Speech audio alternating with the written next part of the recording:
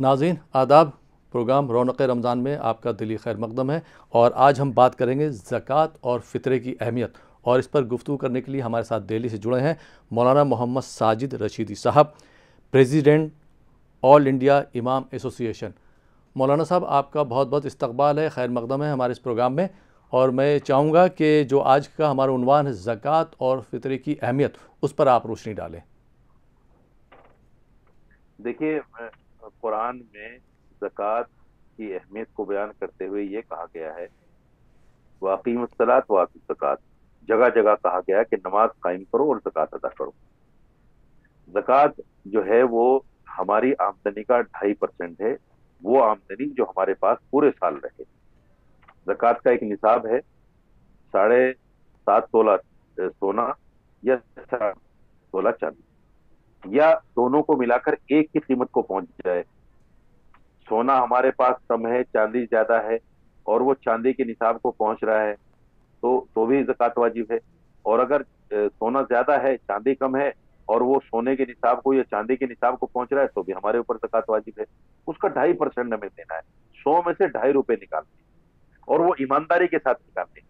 देखिए, जक़ात का मसला जैसे रोजे रोजे का मसला है कि रोजा सिर्फ अल्लाह के लिए है, और आदमी जो है अल्लाह से डायरेक्ट ताल्लुक होता है, तन्हाई में कुछ खा पी सकता है लेकिन अल्लाह के डर से नहीं खाता। ऐसे ही मसला जक़ात का भी है। जी। जक़ात का ताल्लुक अल्लाह से है, और जक़ात को ईमानदारी के साथ निकालना चाहिए। मेरे पास कितना माल है ये मुझे पता है, किसी और को तो पता नहीं है। जी। अगर हम इसमें डंडी मारेंगे तो अल्लाह के यह काबिल कबूल नहीं है।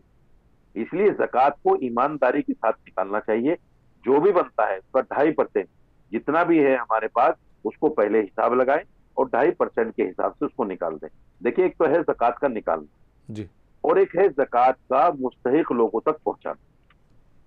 पहले जमाने में आम तौर से गांव देहात में तो पता रहता था, शहरों में तो पहले भी पता नहीं चलता था। और आज तो बड़ा मुश्किल है पता करना कि भाई कौन गरीब है। आज तो जो आम लोग, जो प्रोफेशनल भिखारी हैं, प्रोफेशनल मांगने वाले लोग हैं, उनको अगर देखो तो उनकी मालियत बहुत ज्यादा मिलती है। बहुत सारे वाकयात जो है हमें मिलते हैं इस तरह के। तो रोजाना इतना कमा लेते हैं जितना आम आदमी मेहनत मजदूरी करके नहीं कमा पाता। तो मुस्तहिक आदमी वो है जिसको कुरान में कहा गया है। कुरान में कई लोगों का जिक्र है, इन्नमा सदाकातु लिल फुकरा वल मसाकिन वल आमिलीन अलैहा वल मुअल्लफति कुलूबिहिम, और वब्नि सबील भी इसमें जिक्र है, जो अल्लाह के रास्ते में काम करने वाले लोग हैं, जैसे तालिब इल्म है, या जो भी अल्लाह के रास्ते में जिहाद वगैरह, या जो उस वक्त में था जिहाद, आज तो नहीं है, जो अल्लाह के रास्ते में मेहनत करने वाले लोग। तो इन तमाम लोगों को जक़ात दी जा सकती है। अब फुकरा का हमें अंदाजा करना है, ये बहुत बड़ा मसला है जी। कि फुकरा का हमें कैसे अंदाजा करना है। देखिए, उसका बेहतर और आसान तरीका मैं आपको बता देता हूं, आपके नाजरीन को। जी। सबसे बेहतर और आसान तरीका ये है कि हम अपने रिश्तेदारों में और पड़ोसियों में पता करें। जी। क्योंकि पड़ोसी और रिश्तेदार का आमतौर से पता होता है कि इसकी माली हैसियत कितनी है, जी। इसके पास क्या है, इसके यहाँ खाना बन रहा है कि नहीं बन रहा है, इसकी यहाँ ईद के कपड़े हैं कि नहीं है, ये आदमी अपनी जिंदगी किस तरीके से जी रहा है। आमतौर से आदमी को पता रहता है। और अगर पता नहीं है तो पता करा सकता है आदमी। उसके पास सोर्स होते हैं रिश्तेदारों से पता कराने के, या पड़ोसियों से पता कराने के। बहुत सारे सोर्स होते हैं, तो पता कर सकता है। तो बेहतरीन मसरफ जो है वो रिश्तेदार है, जो गरीब हैं, जो जक़ात के मुस्तहिक हैं। लेकिन रिश्तेदार को जक़ात देने में ये मत ना बताएं कि हम आपको जक़ात दे रहे हैं। बगैर बताए उनको जक़ात दे दें, अल्लाह ताला कबूल कर लेता है। और एक और चीज, जी। रिश्तेदार को जक़ात देने में एक और चीज याद रखें। हमेशा इस बात का अहद करें कि पूरी जिंदगी अगर इस रिश्तेदार से कभी ताल्लुक भी खत्म हो गया, तो हम इसको इस बात का ताना नहीं देंगे, मियाँ आप तो वो है जिसको हम जक़ात देते हैं, हमारी जक़ात पे पलते हैं आप। अगर आपके जहन में ये है, और अगर आप इस ताने को कभी भी अपनी जिंदगी में दे सकते हैं, तो जक़ात आपकी रायगा चली जाएगी, जक़ात का पैसा नहीं मिलेगा। चूंकि हदीस में आता है, जुद वला तमनुन फ़इन्नल फ़ाइदता इलैका आइदत। एहसान करो और उसको जताओ मत, उसको ताना मत दो, इसलिए कि उसका उस एहसान का फायदा तुम्हें मिलता है, तुम्हें मिल गया है या मिलने वाला है। तुम उसको जताकर अपने फायदे को खत्म करोगे। इसलिए अगर रिश्तेदार को जक़ात देनी है तो पूरी जिंदगी ये अहद कर लो कि अगर नाचाकी भी हो गई, कोई बात हमारी बिगड़ भी गई, तो हम इसको कभी ताना नहीं। जी और यही सेम पोजीशन पड़ोसी के साथ भी होनी चाहिए कि पड़ोसी से अगर आपने ज़कात दे दी और खुदा न खास्ता किसी बात को लेकर आपसे झगड़ा हो गया, कल को लड़ाई में आप कहने लगे, मियाँ जानते हो फला रमजान में आपको ज़कात दी थी और इतने पैसे दिए थे, जी तो ये सारी चीजें नहीं होनी चाहिए। क्योंकि ज़कात अगर आप रिश्तेदार को दोगे तो आपको दोहरा अजर मिलेगा। हदीस में आता है जो रिश्तेदार को ज़कात देता है उसको दोहरा अजर मिलता है, एक ज़कात का सवाब मिलता है, एक सिला रहमी का सवाब मिलता है।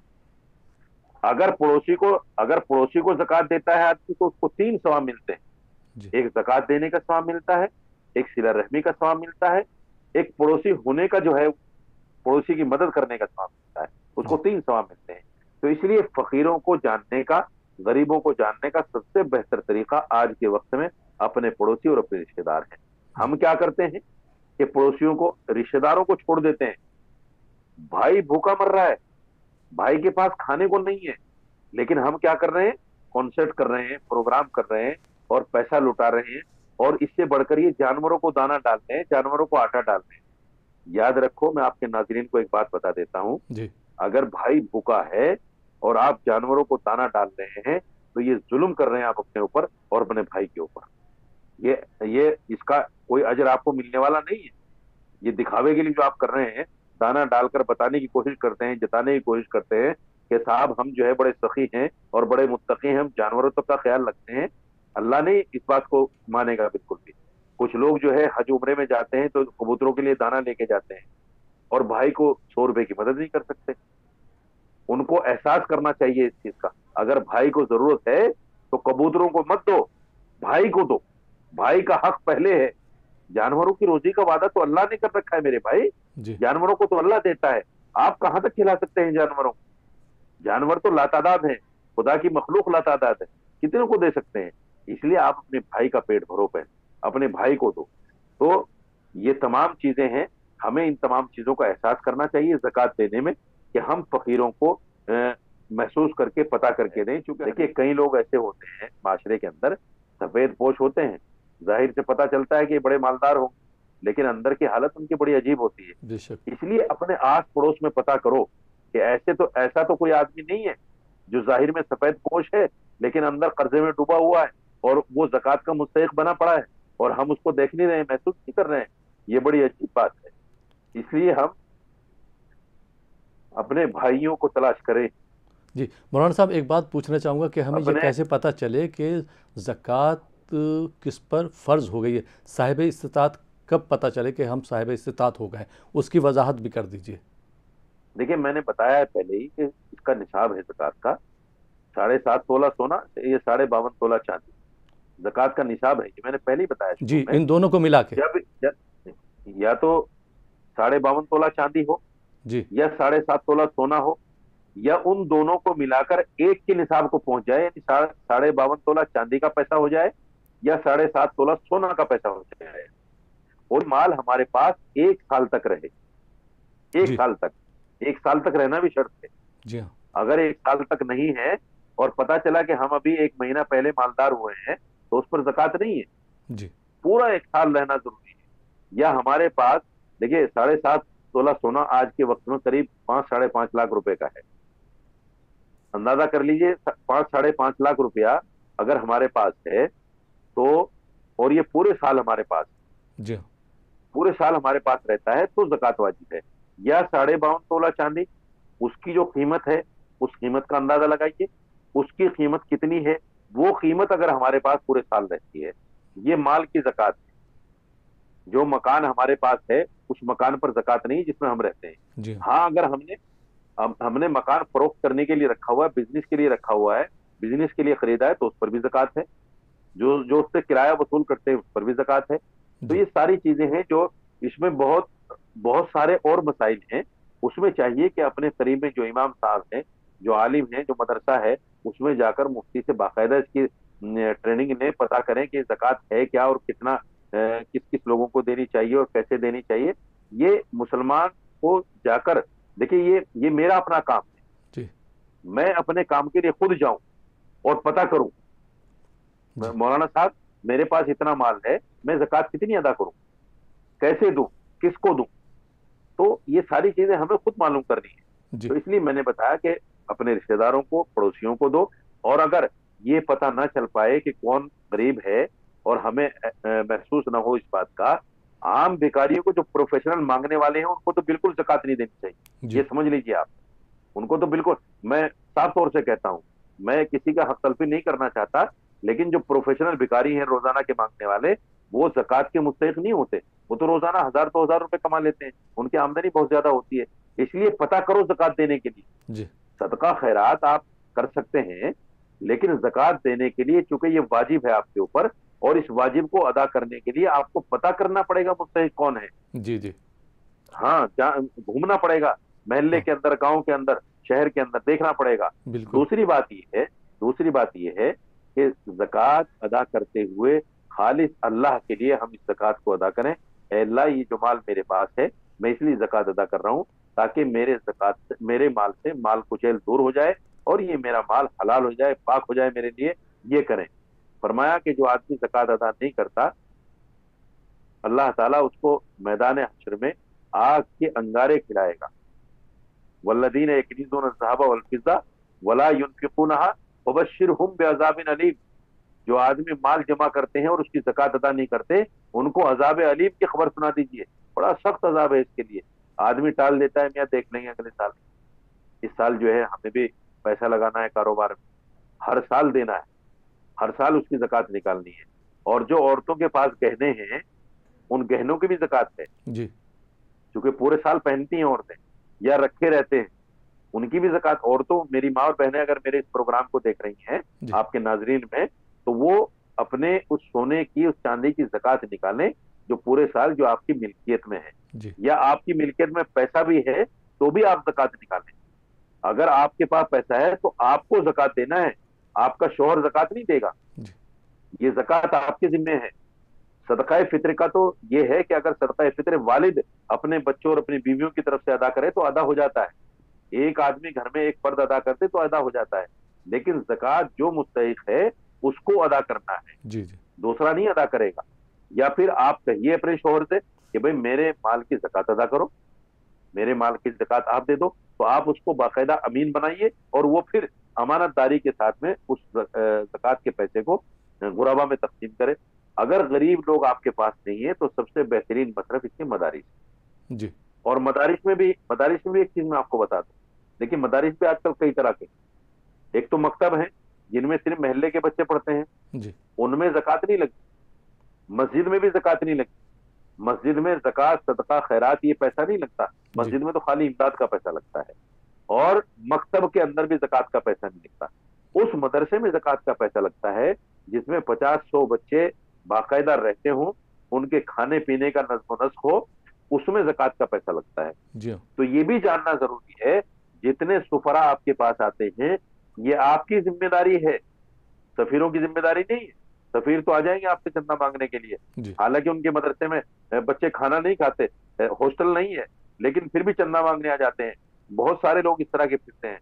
तो मैं फिर कहता हूं, जैसे प्रोफेशनल भिखारी हैं उनको नहीं देना, और आम चंदा करने वालों को जिनके मदरसे इस लायक नहीं है, जिनमें बच्चे बच्चे, हालांकि देखिए कुछ लोग कह देते हैं साहब मेरे यहाँ 200 बच्चे पढ़ रहे हैं, और जब पता चलता है कि वो 200 बच्चे मोहल्ले के, वो 200 बच्चे जो है बाहर के नहीं है, वो खाने का, हॉस्टल का नज़्म नस्क नहीं है। इसलिए ये आपकी जिम्मेदारी है कि आप तहकीक करें, जिस मदरसे को 100 रुपया, 50 रुपया, 500 रुपया आप दे रहे हैं, उसकी तहकीक करना जरूरी है, ये आपके जिम्मे है। जी अगर आपने बिला तहकीक के ज़कात का पैसा दे दिया और ऐसे मदरसे को चला गया जो मुस्तहिक नहीं था, तो ये जिम्मेदारी आपकी है, आपकी ज़कात अदा नहीं हुई, आपको फिर दोबारा ज़कात अदा करनी पड़ेगी। वो पैसा आपका रायगा चला गया, तो ये आपकी जिम्मेदारी है। इसलिए ज़कात के अंदर बहुत मोहतात रहने की जरूरत है, वक्त पर निकालने की जरूरत है, ईमानदारी के साथ निकालने की जरूरत है, और अल्लाह के लिए निकालने की जरूरत है। जी मौलाना साहब, क्योंकि एक सवाल और नमाज, करना चाहूँगा फितरे के ऊपर कि जी फ़ितरा हम जो है कब तक दे सकते हैं, और फ़ी फ़र्द कितना पैसा देना चाहिए, या क्या चीज़ दे सकते हैं अगर देखिए पैसा नहीं? देखिए फितरा फितरा जो है, सूरज निकलता है तो सदका फित्र वाजिब हो जाता है। जी और सदका फित्र क्या है? सदका फित्र के जो बताया गया है, वो खजूर भी है, किशमिश भी है, जौ भी है और गेहूं भी है। जी ये 3-4 चीजें बताई गई हैं कि इनमें से, यानी ये मालदारों की हैसियत है। एक मालदार तो वो है जो करोड़पति है, एक मालदार वो है जो लखोपति है, जी एक मालदार वो है जो हजारोंपति है। तो मालदारों की जो हैसियत है, मालदार अपनी हैसियत से सदका फितर निकालें। जी ऐसा नहीं कि करोड़पति आदमी भी आज के टाइम में आटे की कीमत दे रहा है, पौने जी 2 किलो आटा, पौने 2 किलो आटा या पौने 2 किलो गेहूं या पौने 2 किलो खजूर जो है, पौने 2 सेर उस वक्त में चलता था, आज के टाइम में पौने 2 किलो है। तो ये खजूर की कीमत या किशमिश की कीमत या आपका अल्लाह भला करे जौ की कीमत या आटा या गेहूं की कीमत, ये है जो आज के वक्त में, यहाँ तो गेहूं की कीमत का हिसाब लगाकर 60 रुपए तकरीबन बन रहा है। लेकिन हमें खजूर की कीमत भी देनी चाहिए, और खजूर भी आला किस्म की। जी जो मालदार लोग हैं वो आला किस्म की खजूर निकालें। जी ऐसा नहीं कि मार्केट में जो 100 रुपए किलो खजूर है उसके हिसाब से निकाल दिया। अगर आप 500 रुपए किलो वाली खजूर खाते हैं तो 500 रुपए किलो वाली खजूर के हिसाब से ही निकालें फितरा। तो जो आप खाते हैं, जिस तरीके का आप इस्तेमाल करते हैं चीज, उसी के हिसाब से सदका फितर अदा करें। और सदका फितर अदा करने का असल तो यह है कि ईद की नमाज से पहले पहले सदका फितर अदा कर दें। लेकिन बेहतर तरीका यह है कि रमजान में जैसे अब 2-4 दिन बाकी हैं, जी जो गरीब लोग हैं उनको अभी दे दें, ताकि वो बेचारे अपने कपड़े बनाने ईद की खुशियों में शामिल हो जाएं। ईद के दिन का इंतजार ना करें, क्योंकि उस वक्त फिर वो कपड़े नहीं बना पाएंगे, जी वो ईद की खुशियों में शामिल नहीं हो पाएंगे। तो अभी उसको अदा कर दें। जी ये सदका फितर का मसला है। जी। शुक्रिया। तो नाज़रीन, ये था हमारा प्रोग्राम रौनक रमज़ान। फ़िलहाल ये प्रोग्राम अब यहीं पे ख़त्म होता है। इसी के साथ मुझे इजाज़त दीजिए। आदाब।